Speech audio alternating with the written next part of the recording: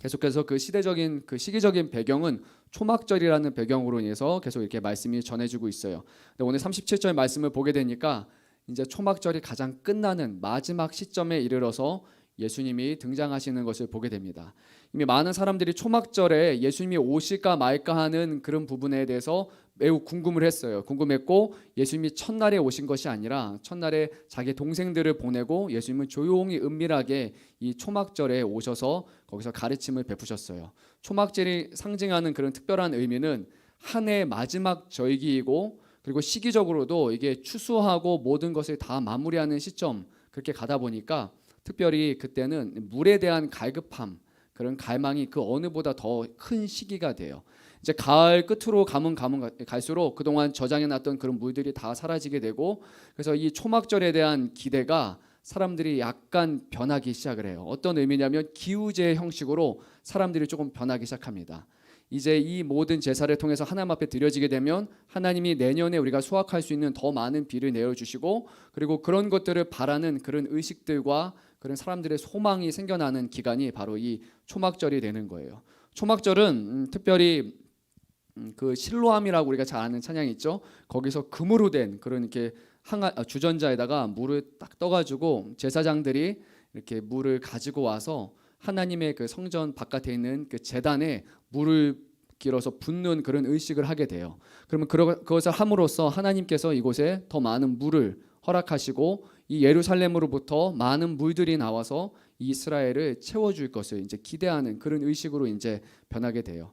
이제 마지막 날이 돼서는 특별한 의식이 하나가 있습니다. 실로암에서 물을 길러서 이제 다시 예루살렘으로 가는 성전으로 돌아가는 그 계목에 많은 사람들이 함께 뒤따르면서 이제 시편의 찬송을 끊임없이 부르게 돼요. 제사장들이 앞으로 가게 되고 하나님을 찬양하면서 하나님 우리에게 많은 물과 우리의 필요한 것들을 채워주십시오라는 그런 기대감을 가지고 성전에 도착하게 되는 거예요. 역사적으로 따져보면 이 부분에 있어서 큰 전쟁이 한번 난 적도 있어요. 사두개인이라고 말하는 율법을 되게 중시하는 사람들과 그리고 바리새인들 조금 더 이쪽으로 가 있는 그 사람들과 이 변화된 의식에 대해서 한번 크게 다퉜던 적이 있는데 결론적으로 말씀드리면 결국 이런 물에 대한 그런 절기를 의미하는 그런 일들을 계속 하게 됐고 이것이 그냥 받아들여져서 당연히 기우제의 느낌이 나는 그런 이제 명절로 살짝 변하게 돼요. 마지막 날은 좀 큰 의미가 있어요. 그동안 만들었던 초막 있잖아요. 그 모든 것을 다 해체하는 시기고 이제는 우리가 모든 것을 마치고 이제 돌아가기 위해서 성회로 모든 사람들이 모여서 이제 뭔가 이제 될 것 같은 그런 마음이 있잖아요. 그렇게 크게 이제 외치면서 이 마지막 의식을 마무리하게 됩니다.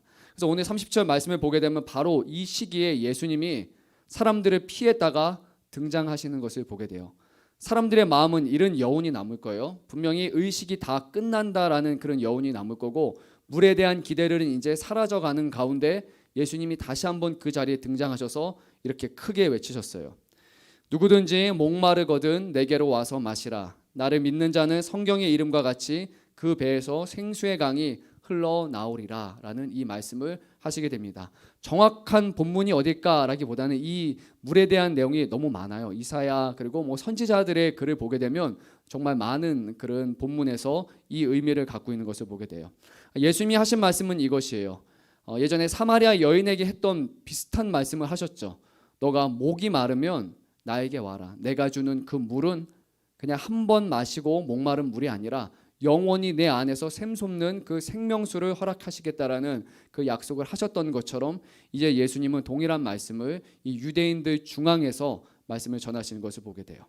잘 보면 성전은 누구를 위한 성전이었죠? 누구를 예배하는 곳이죠?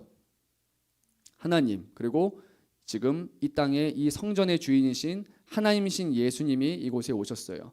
그리고 자신의 택하신 백성인 유대인들을 향해서 내가 너에게 영원히 목마르지 않는 그 물을 줄 것이다라는 그 약속을 선포하시는 모습이에요. 이 사람들이 정말 예수님이 하나님이라는 것을 알았다면 예수님이 그동안 말씀하신 것, 하나님이 나를 보내셨고 나를 통해서 하나님께 나아가게 하실 것이라는 그것을 그동안 받아들이고 이해하고 믿었다라면 이 말씀이 얼마나 놀라운 말씀인지 그들은 깨달았을 거예요. 하나님이 친히 오셔서 내가 모든 것, 너희가 기다리고 그동안 원했던 모든 것을 이제는 이루어 주실 것이라는 그런 놀라운 약속을 선포하는 이 자리였는데 그런데 그 반응이 그렇게 좋지만은 않았던 것 같아요. 오늘 많은 사람들이 각자 다른 생각을 가지고 있는 것을 보게 돼요. 어떤 사람들은 40절에 보니까 이렇게 말해요. 그는 참으로 그 선지자라 말하면서 모세 이후에 모세와 같은 엄청난 능력을 행하는 그 선지자로 예수님을 지금 보게 돼요. 또 어떤 사람은 예수님은 그리스도다라고 생각을 했어요. 하지만 그 그리스도라는 의미 안에 정말 하나님의 아들이신 그 참 그리스도를 의미하는 것이 아니라 그리스도라는 그냥 좀 멀어진 느낌의 그리스도를 지금 말하고 있어요. 또 어떤 사람들은 그렇게 말해요. 어떻게 그리스도가 갈릴리라는 촌구석에서 나올 수 있느냐?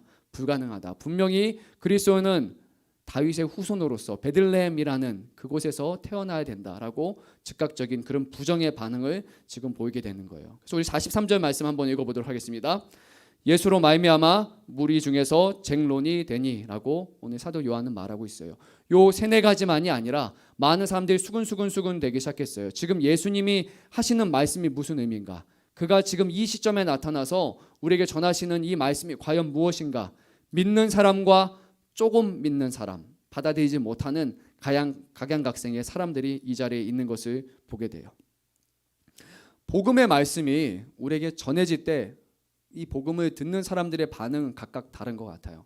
어떤 사람들은 이것이 하나님의 말씀이라고 믿는 사람들이 있고, 어떤 사람들은 이것을 부정하는 사람들이 있고, 어떤 사람들은 그냥 그래?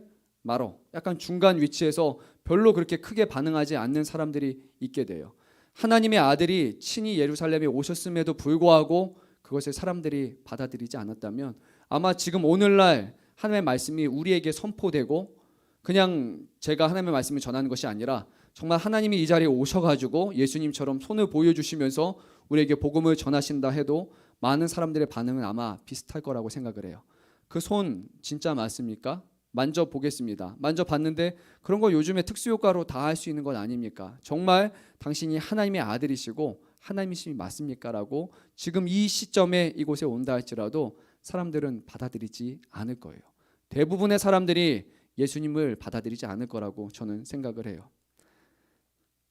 오늘 말씀을 보게 되면 아주 중요한 말씀을 한 가지 하셨어요. 우리 39절 말씀을 한번 읽어볼게요. 이는 그를 믿는 자들이 받을 성령을 가리켜 말씀하신 것이라.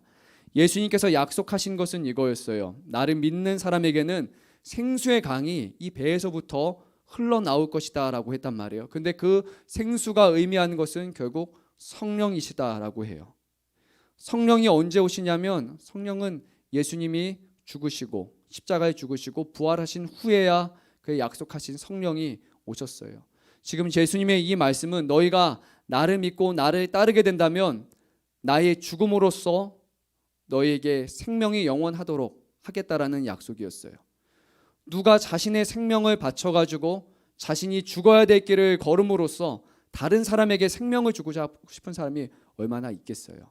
그러니까 뭐 딸 아니면 제가 정말 사랑하는 사람을 위해서라면 그렇죠. 아빠는 죽을 수 있어요. 샤론이 위해서 죽을 수 있어요. 네, 그럴 수 있어요. 여러분의 부모님도 아마 그런 마음을 다 가질 거예요. 정말 사랑하는 사람을 위해서라면 고난과 고통을 당할 수 있을 거라고 생각을 해요. 하지만 지금 이곳에서 예수님의 말씀을 듣는 사람들의 그 마음 속의 반응을 이미 예수님은 알고 계셨단 말이에요. 그가 그리스도가 맞죠? 정말 그는 선지자가 아닐까? 정말 그가 하나님의 아들일까라고 의심하고 받아들이지 않고 이제 결국 8장 끝장에 가서는 예수님을 돌로 쳐서 죽이려고 하는 그 사람들의 마음을 아시는 예수님께서 내가 너희를 위해서 죽음으로써 너희에게 생명을 주겠다라는 이 약속을 이미 성전에서 하고 계셨던 거예요. 말씀에 믿는 자들이라 믿는 사람에게만 주시겠다라는 그 약속을 하셨어요. 근데 여기서 말하는 믿는 자들은 한번 믿었다라는 사람이 아니에요. 요한복음에 있는 믿는다라는 그 피스티오라는 헬라어 단어는 항상 분사로 사용이 돼요. 분사라는 의미는 믿는 상태가 계속해서 지속이 된다라는 거예요. 지금 나를 따라오고 지금 나를 믿는다라면 그 믿는 사람들에게는 예수님이 죽으시고 많은 사람들에게 허탈감이 올 수도 있고 그로 인해서 핍박이 찾아오는 상황이 될 수도 있지만 그래도 끝까지 나를 믿는 상태로 지속하는 사람들에게는 내가 반드시 내 생명으로 너에게 성령을 주겠다고 예수님은 약속을 하신 거예요. 아무에게나 주시겠다는 약속을 결코 하지 않으셨어요. 오직 믿는 사람, 내가 너희를 위해서 왔고 너희를 위해서 죽었다라는 것, 나의 생명으로 너희를 살리겠다라는 그 예수님의 약속을 믿는 사람에게만 그 약속하신 성령을 주시겠다고 약속하셨습니다. 여러분들이 교회 나와서 예배 드리고 많은 시간 동안 교회에 와서 많은 일들과 봉사를 한다고 해서 구원이 약속되고 주어진 것이 아니라 단 한 가지예요. 성경 안에는 예수 그리스도를 믿는 사람에게 끊임없이 죽는 순간까지도 그의 말씀 가운데 거하기를 원하고 그가 우리에게 행하시는 일로 인해서 감사하고 살아가는 그 믿는 사람들에게만 주님께서 그 약속을 이루신다라고 말씀하셨어요. 쉬운 길이 분명히 아닐 거예요. 예수님을 믿는다는 이유만으로 박해를 받는 사람이 정말 많아요. 최근에 저희 이인목 선교사님하고 잠깐 얘기를 하는데 화요일, 수요일 아마 그때였던 것 같아요. 제가 잠깐 시간을 내서 얘기를 하자고 그렇게 했는데 이인목 선교사님이 최근에 영상을 하나 보셨대요. 근데 이제 가나에서 믿는 사람들이 어떻게 박해받고 죽는 영상이었는데 영상이 너무나 잔혹하다 보니까 약간 속으로 이렇게 구역질 같은 게 나면서 원래는 이제 산모님에게도 같이 보여주려고 하다가 도저히 이거는 다른 사람에게 보여줄 수 없다 하고 결론 내리고 그냥 이렇게 묻어버린 그런 영상이 되는 거예요. 어떤 영상인가 하면 한 사람이 믿는 사람이 잡혔는데 그냥 뭐 칼로 찔러서 죽이는 게 아니고 총으로 쏴서 죽이는 게 아니라 때려서 죽여요. 그러니까 죽을 때까지 때려요.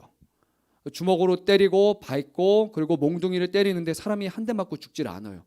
계속해서 터져 나가고 몸이 죽음으로 가는데도 불구하고 계속 때리는 거예요. 정말 수차례 수백 차례 때리면서 죽을 때까지 그렇게 마지막에 죽는 그 영상을 눈으로 목격하고 있는 거예요. 그러니까 선교사님이 마음이 선교사라는 것 자체가 가나안은 우선 못 가겠다라고 얘기를 하고 이거 정말 쉬운 게 아니다.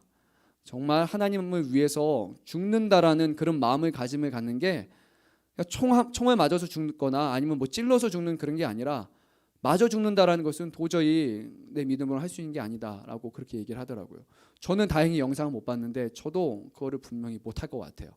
한 세네 대만 맞아도 너무 아파가지고 뭐 꺾이고 부러지고 막 그런 게 아니라 수백 차례를 많은 사람한테 아무 이유 없이 맞는다면 거기서도 끝까지 믿음을 지키겠다고 고백할 수 있는 사람이 어디 있겠어요. 두려움 가운데 다 떨겠죠.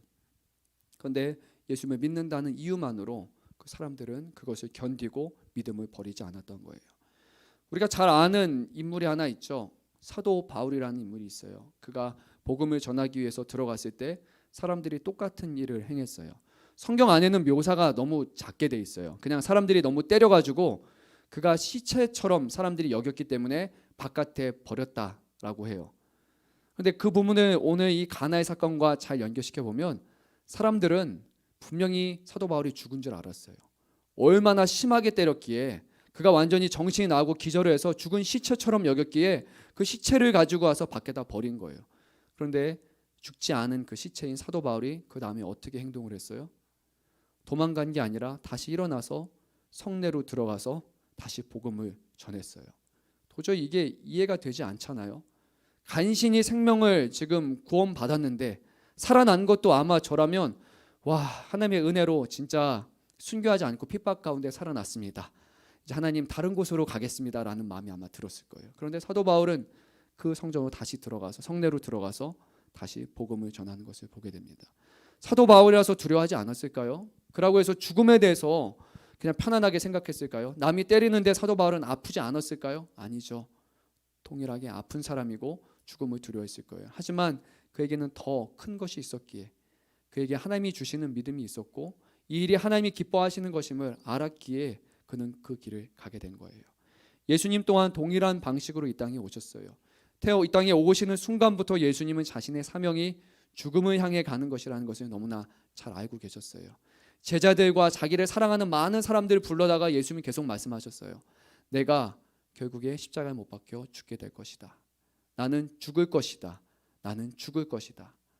우리는 살기 위해서 몸부림치지만 예수님은 죽음을 향해서 계속해서 앞으로 나아가셨어요. 누구를 위해서 그러셨는지 우리 자신은 너무나 잘 알 거예요. 바로 우리 자신이에요. 예수님 자신을 위해서 죽으신 것이 아니라 예수님이 사랑하시는 저와 여러분을 위해서 예수님은 분명히 오셨던 거예요. 예수님은 오늘 우리에게 이제 나의 안에 오는 사람에게는 분명히 육신적으로 우리가 원하는 그런 기우제에서 채워지는 그런 물, 그런 것이 아니라 너희 안에서 끊임없이 넘쳐나고 너에게 생명을 두려워하지 않게 하고 영원한 생명을 허락하시는 그 성령을 줄 것이라고 우리에게 약속하셨어요. 그래서 그리스도인들은 죽음을 향해서도 두려워하지 않는 사람이 되는 거예요. 그래서 가장 무서운 사람들이 바로 그리스도인이에요. 내 육신의 생명이 아니라 내가 영원한 생명을 가졌다는 그 확신으로 살아가는 사람들이 있기 때문에 짧은 80년이라는 시간을 가지고 살아가는 저와 여러분들이 아니라 영원이라는 더 긴 시간을 알고 그 목적을 향해서 살아가는 사람이기 때문에 분명히 믿지 않는 삶과 우리의 삶은 구별이 돼야 돼요. 근데 정말 구별이 되고 있습니까? 아니면 동일한 것과 동일한 소원, 동일한 목적, 믿지 않는 사람들처럼 살아가는 것, 그들의 기준으로 인해서 우리를 판단하고 평가하는 것이 너무나 당연한 것처럼 우리가 여기고 있다면 우리에게는 영혼이 없는 사람인 거예요. 영혼을 알지 못하기 때문에, 영생을 알지 못하기 때문에 우리는 80, 90이라는 시간 안에서 살아가는 사람이 될 거예요. 하지만 그게 오늘 주님이 말씀하신 것이 아니었어요. 주 안에 나오는 사람, 주를 믿는 사람에게는 영원의 시간을 살게 하시고 그 시간 동안 우리 혼자 살아가는 것이 아니라 우리 안에 자신의 영을 부어주시사 하나님이 우리 안에 함께 하시고 더불어 살아가는 그런 인생을 살게 하신다라고 오늘 우리에게 약속을 하셨어요. 그리고 지금 주님은 우리에게 물어보시는 거예요. 과연 나에게 나올 준비가 되었느냐라고 지금 오늘 우리에게 물어보세요. 여러분의 마음은 어떻습니까? 주님 앞에 머뭇거리는 마음을 갖고 있습니까? 그곳을 한 발짝 가게 되면 너무 교회에서 열심히 하는 것 같고 너무 많은 것을 포기해야 할 것 같고 그리고 이 인생 끝에 가다 보면 나를 위한 그런 기쁨과 모든 것들은 사라진 채 그냥 매어 사는 인생이 될까 봐 혹시 머뭇거리고 있지는 않습니까? 성경 안에 있는 어느 사람들도 믿음의 사람들 중에 그 길을 걸었다는 이유로 실망하고 저버린 사람은 없었어요. 자신의 생명조차도 주님 위해서 내어놓기를 기뻐하였고 자신에게 주신 많은 물질을 하나님 앞에 기쁨으로 가지고 와서 이것을 다른 사람을 위해 사용해 달라고 사람들이 고백을 했어요. 진실된 마음으로 하나님 앞에 더욱더 나아갈 수 있게 된 거예요. 하나님을 믿는다라는 건 그렇게 불쌍하고 그렇게 어리석은 인생은 분명 아닐 거예요. 오직 하나님을 오히려 더 모르는 사람들이 결국 짧은 인생이고 언제 죽을지 모르는, 언제 우리의 목표가 이루어질지도 모르고 아무리 열심히 해봤자 많은 경우에 도달하지 못할 그 목표를 꿈으로만 간직한 채 살아가는 그런 헛된 인생이 될 수도 있을 거예요. 하지만 하나님 앞에 나온 사람에게는 반드시 한 가지를 약속해 주셨어요. 영원한 생명을 주실 것이라고요. 그거는 헛된 소망이 아니라 반드시 이루어진 소망이에요. 그 영원이라는 시간을 우리가 함께 살아갈 수 있으면 좋겠어요. 예수님은 사마리아에 가셔서 동일한 말씀을 전하셨고 그리고 오병이어의 기적을 보여준 다음에 또 자신을 쫓아오는 사람에게도 내가 바로 하나님께서 너에게 주는 생명의 양식이라고 말씀하시고 많은 사람들에게 그 복음을 전하셨어요. 그리고 오늘 다시 한번 예루살렘에 올라가셔서 바로 나에게 오는 사람에게는 이 모든 것을 약속해 주신다라고 말씀을 하셨습니다. 예수님은 약속하시고 말씀하시지만 많은 사람들이 끝까지 주님을 믿지 않는 것을 보게 됩니다. 사람들의 반응이 여러 가지로 이제 나눠지게 돼요. 말씀을 보니까 어떤 사람들은 선지자, 그리스도 그렇게 해서 많은 사람들이 쟁론이 있게 됐어요.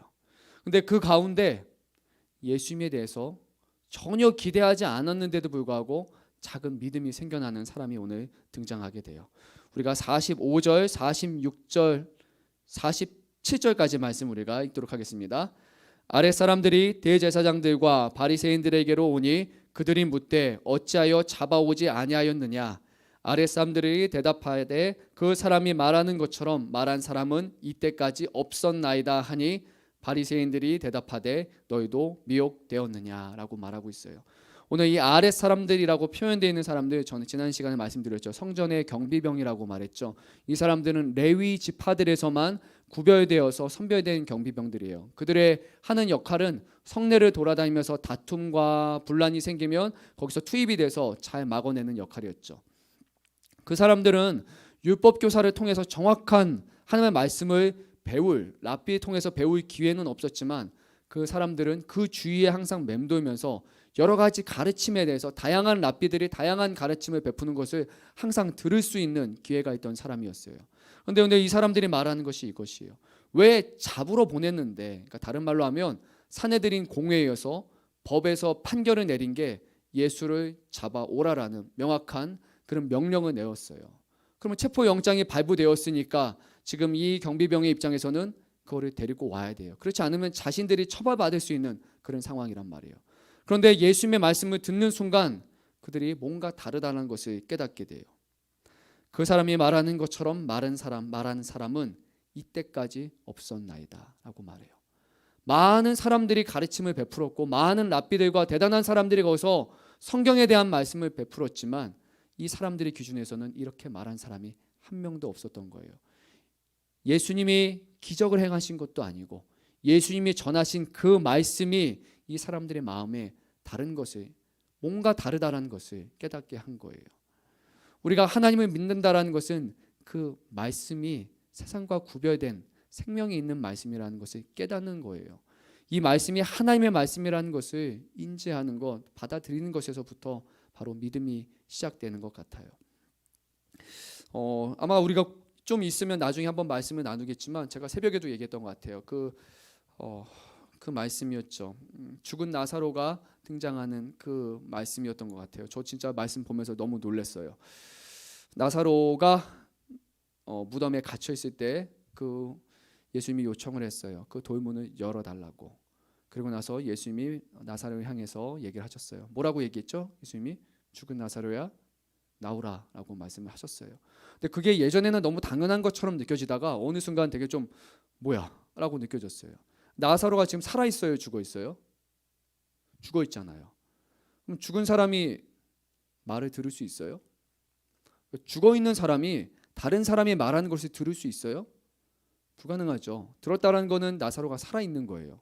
그런데 그 말씀에서는 나사로는 분명히 죽었고 지금 오랜 시간 동안 3일, 4일 동안 지금 이미 시체가 돼서 썩은 내가 난다라고 그렇게 자신의 누이들이 고백하고 있었으니까 정말 죽은 상태예요. 완전 죽은 상태인데 예수님이 어디를 문지르신 것도 아니고 만지신 것도 아니고 그냥 한마디를 하셨어요. 죽은 나사로야 지금 나오라. 이게 도저히 말이 되냐? 한 가지 결론밖에 없었어요. 예수님이 하신 이 말씀은 살아있는 육신에게 하시는 말씀이 아니에요. 나사로는 이미 죽어있는 육체예요. 그는 예수님의 말을 그 육신을 들을 수 없는 육체예요. 그러면 예수님이 하시는 말씀은 나사로라는 영혼에 대해서 하시는 말씀이었던 거예요. 그 영혼이, 몸에서 떠나 있는 영혼이 예수님의 말씀에 반응해서 죽음에서 살아나는 그런 상황이 발생한 거예요. 그게 저에게 기쁨으로 다가왔던 것은 제가 복음을 전하고 예수님의 말씀을 전하는 게 여러분의 육신에게 하는 말씀이 아니라는 것이 깨달았기 때문이에요. 그냥 누군가에게 그냥 귀에 들려주는 이 말씀이 아니라 예수님의 말씀은 여러분 안에 있는 그 영혼에게 주시는 생명의 말씀이라는 것이 믿어져서 너무 감사했어요. 이거는 사람의 지성으로 사람의 어떤 지식으로만 받아들이고 수납하는 말씀이 아니라 이 말씀 자체가 죽은 영혼을 살리는 깨어나게 하는 그런 말씀이구나라는 그 부분에서 저는 너무 감사하고 감격했던 것 같아요. 지금 여러분에게 하시는 이 말씀이 제가 바라는 것은 그거예요. 여러분의 육신에게 하는 말이 아니라 여러분 안에 있는 그 영혼을 향한 하나님의 구원의 말씀이라고 믿고 지금 저는 오늘도 또 반복해서 전하고 있습니다. 예수님이 여러분의 마음속에 여러분의 영혼의 죽음 가운데서 다시 살림을 베푸시고 하나님을 몰랐던 우리의 영혼이 이제 하나님의 말씀에 반응해서 죽은 자가 살아나는 놀라운 역사처럼 여러분의 영혼이 다시 한번 주를 알아가는 은혜가 있었으면 좋겠어요.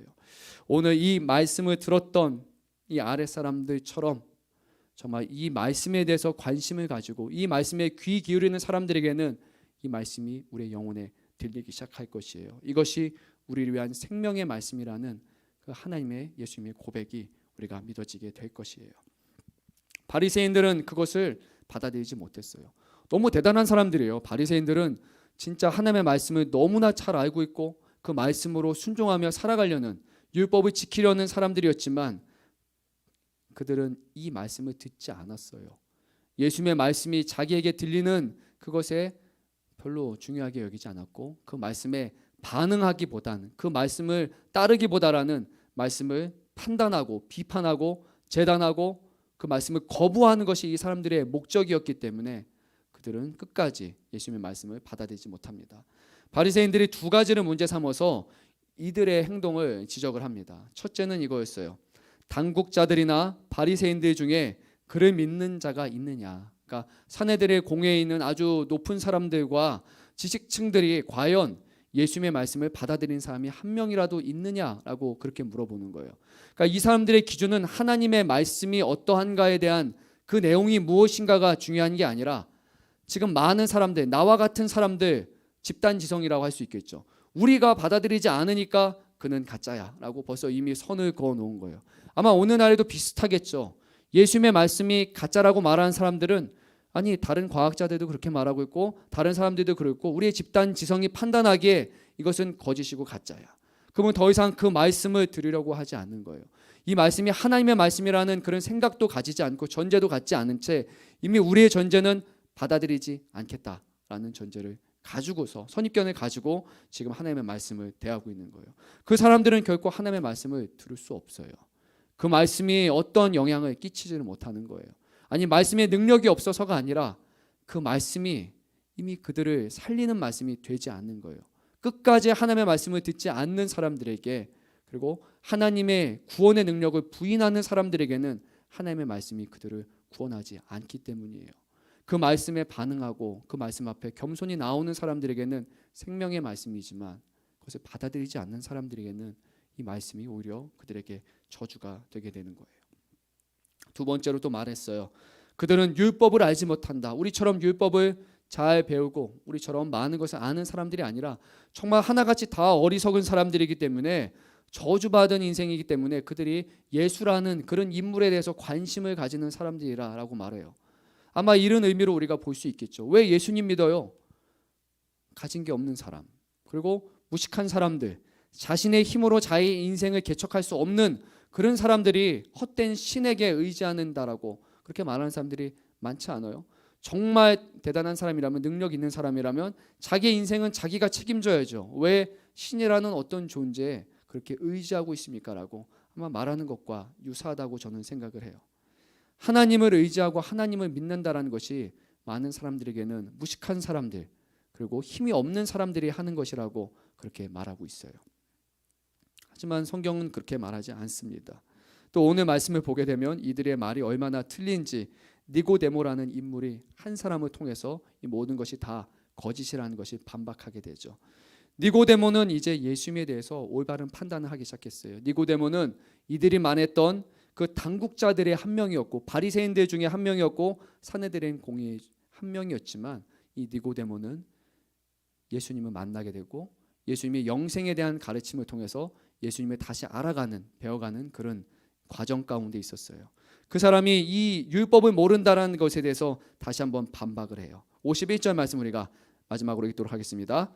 우리의 율법은 사람의 말을 듣고 그 행한 것을 알기 전에 심판하느냐.